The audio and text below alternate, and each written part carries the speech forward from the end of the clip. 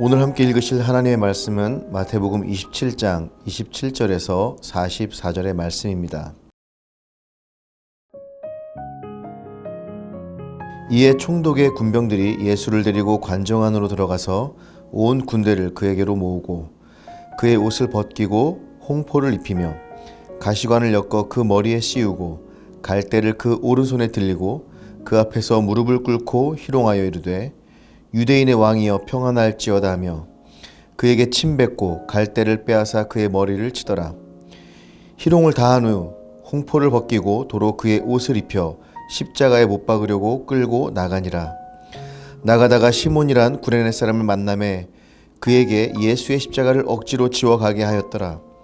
골고다 즉 해골의 곳이라는 곳에 이르러 쓸개 탄 포도주를 예수께 주어 마시게 하려 하였더니 예수께서 맛보시고 마시고자 하지 아니하시더라.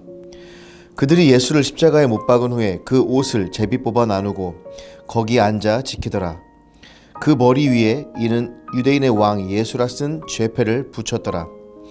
이때 예수와 함께 강도 둘이 십자가에 못 박히니 하나는 우편에 하나는 좌편에 있더라.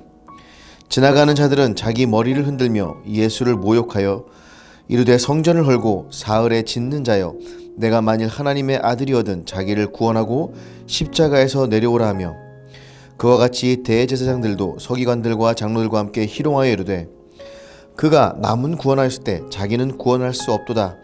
그가 이스라엘의 왕이로다. 지금 십자가에서 내려올지어다. 그리하면 우리가 믿겠노라. 그가 하나님을 신뢰하니 하나님이 원하시면 이제 그를 구원하실지라. 그의 맘이 나는 하나님의 아들이라 하였도다 하며 함께 십자가에 못 박힌 강도들도 이와 같이 욕하더라. 아멘.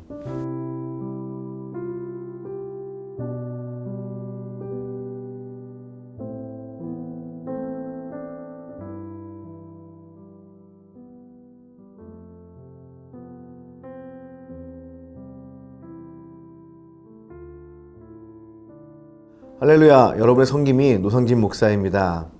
사실 오늘 본문은 매우 고통스러운 본문이고 수많은 사람들로 하여금 예수님의 십자가를 생각나게 하는 그런 곳입니다. 신학을 하고 목회를 한 지 오랜 시간이 지나면서 십자가 사건이 단순히 고통을 위한 사건만이 아니라는 생각이 들곤 합니다.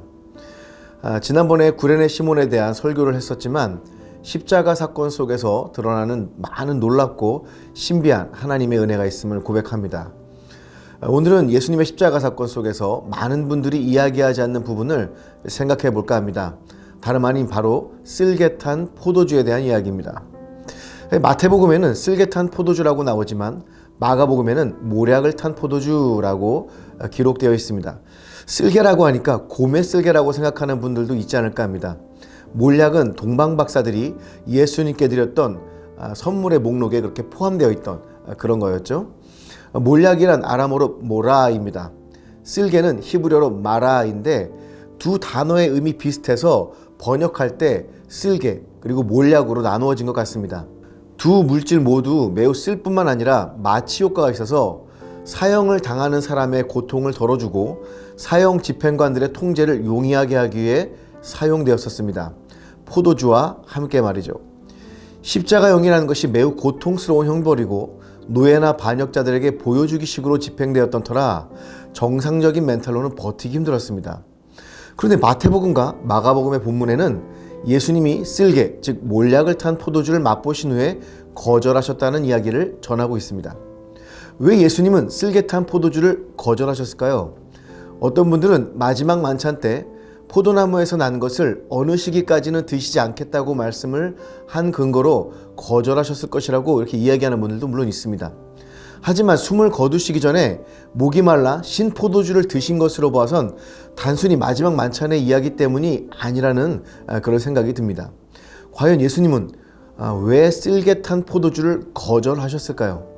요한복음 19장은 예수님의 십자가 사건에서 아주 의미 있는 해석들을 전해주고 있습니다. 바로 성경을 응하게 하려 하사라는 말입니다. 예수님이 마취죄를 드시고 정신줄을 놓으셨을 경우에 성경의 예언을 성취하지 못하셨을 수도 있습니다. 후대 사람들은 구약과 십자가 사건과의 관련성을 찾지 못하게 되어버렸겠죠. 예수님의 옷을 나누는 군인에 대한 예언, 내가 목마르다고 하신 그 일, 다리를 꺾이지 아니하신 것, 그리고 찌른 자도 보리라고 하는 말씀, 이 모두가 예수님이 고통 중에서 하셔야 할 일이 있었음을 우리에게 알려주고 있습니다. 우리들의 삶에도 고통은 언제나 찾아올 수 있습니다. 그때 우리 곁에는 잠시 현실을 잊게 해줄 수많은 마취제들이 있습니다. 술이 그 마취제 중에 하나고 담배도 마찬가지겠죠. 요즘은 도박이 횡행해서 어린 친구들도 많이 그쪽으로 옮겨간 것을 볼 수 있습니다. 일탈도 일종의 마취제 역할을 해줍니다. 우리의 정신줄을 놓게 해줄 좋은 것들이 세상에는 많이 있습니다.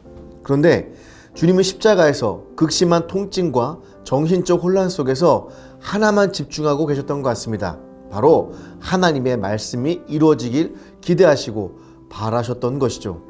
저는 개인적으로 혼란하고 또 어두운 시대일수록 이러한 모습이 필요하다고 생각합니다. 물론 당시 십자가를 보고 있던 사람들은 하나님의 말씀을 응하게 하기 위해 노력하시는 예수님은 보이지 않았을 겁니다. 그러나 그 시간이 지나고 예수님이 하나님의 말씀을 위해 노력하시는 모습을 찾을 수가 있었던 것을 잊어서는 안 되겠습니다.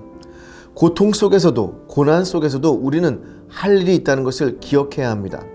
어쩌면 나와는 또 다른 고통을 직면해서 삶을 포기하려고 하는 사람들과 나의 이야기를 공유하는 것도 저는 좋은 일이라고 생각합니다. 십자가는 인간의 고통 속에서 괴로워하는 사람들이 가야 할 방향을 알려주는 사건이 아닌가 합니다. 고통 속에서도 우리가 할 그 무엇이 있다는 것을 기억하는 그런 하루가 되시기를 축복합니다.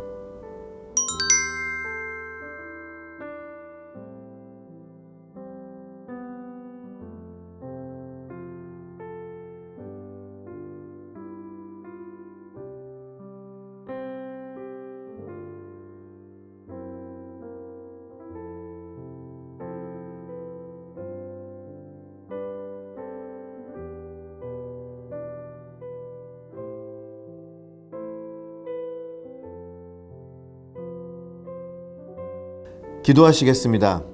십자가의 고통 속에서도 하셔야 할 일이 있음을 보여주신 주님 감사합니다. 고난과 고통 때문에 나에게 집중하였던 삶을 잠시 내려놓고 하나님의 말씀이 이루어지기를 기도하며 행동하는 귀한 하루가 되게 하여 주옵소서. 예수님의 이름으로 기도합니다. 아멘.